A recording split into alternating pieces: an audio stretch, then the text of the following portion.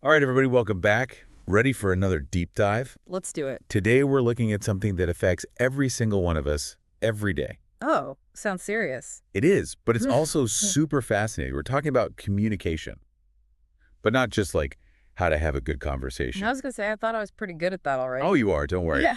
But we're going deeper, way deeper. We're talking about how technology is changing the very fabric of how we communicate as human beings. Okay, now that's interesting. And a little scary, maybe. Maybe a little, Hmm. but definitely interesting. We've got some seriously cool source material on this. Articles, studies, even some opinion pieces from, well, some pretty opinionated folks. Sounds like a lively mix. It is. And our mission today is to break it all down for you, figure out what it all means, and maybe, just maybe, get a glimpse into the future of how we'll be talking to each other, in like 5, 10 years. 5, 10 years. What? We won't even be using words anymore. Just emojis and telepathy. Hey, it's possible.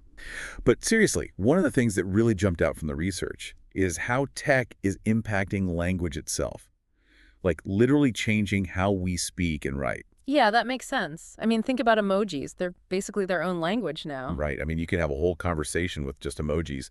And don't even get me started on abbreviations, LOL, BRB, SMH. It's like a whole new dictionary. And it's changing so fast. What's cool today might be totally cringe tomorrow, as the kids say. Exactly.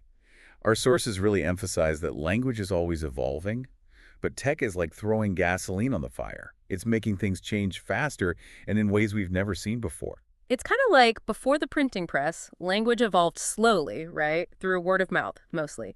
But then, boom, the printing press comes along, and suddenly language is spreading faster, standardizing, changing more rapidly. And now, the internet, smartphones, it's like the printing press on steroids. Perfect analogy. And you know what else our sources mentioned?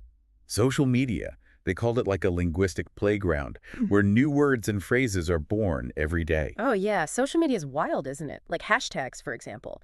They started as a way to organize content, but now they're practically part of the language. You see them everywhere. And what about those viral phrases that seem to come out of nowhere? Huh. Catch these hands. She doesn't even go here. Yeet. They spread like wildfire, and then poof, they're gone. But it's not just the words themselves, right? It's the way they're used, the irony, the humor, the memes. It's like a whole new layer of communication built on top of language.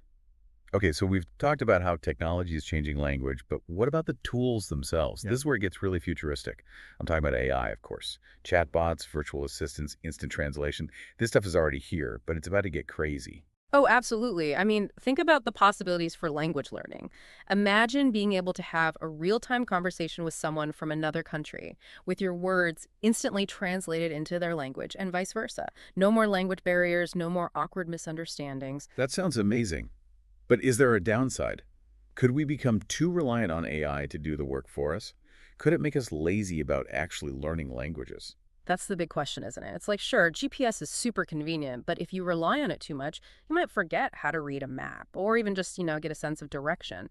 And language is kind of like that too. It's a skill, and like any skill, it needs to be practiced. So how do we find that balance? How do we use these powerful tools without letting them, you know, take over our brains? That's tough. I think it's about being mindful, right? Like, use the tools when they're helpful, but don't let them become a crutch.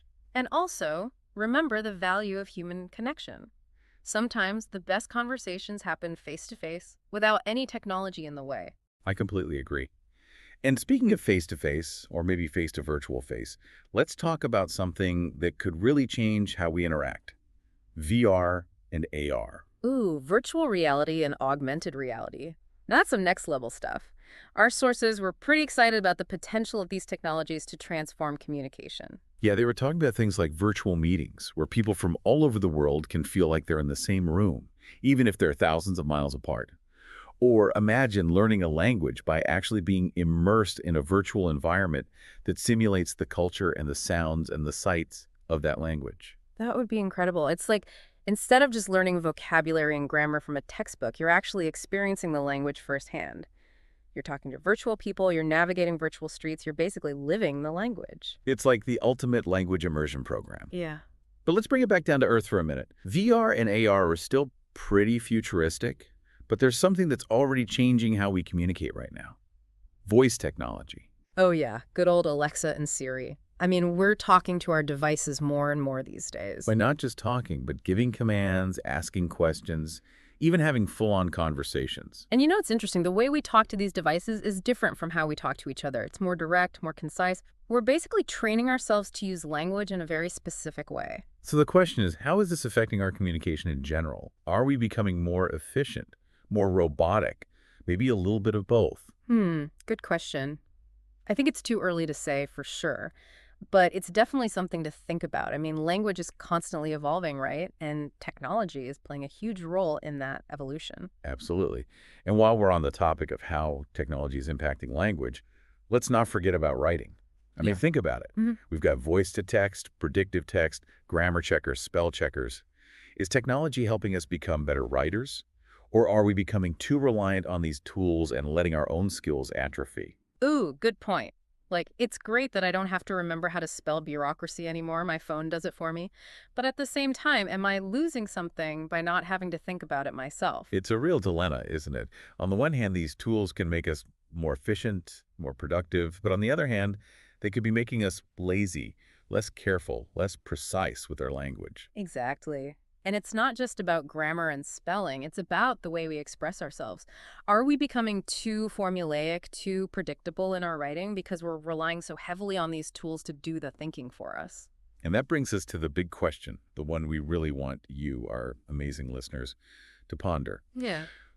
Given all these changes, all these technological advancements, what skills do you think will be most crucial for effective communication in the future? Yeah, what will it take to be a good communicator in, say, 10, 20 years? Will it be about mastering these new technologies, or will it be about something deeper, something more human? Let us know what you think in the comments. What stood out to you today? What resonated? And while you're there, don't forget to like, subscribe, and tell us what other deep dives you'd like to take with us in the future. We're always up for an adventure, especially if it involves exploring the future of communication. Until next time, keep those conversations flowing, whether they're digital, analog, or maybe even telepathic. Who knows what the future holds? And we'll be here to break it all down for you. Thanks for listening. Bye, everyone.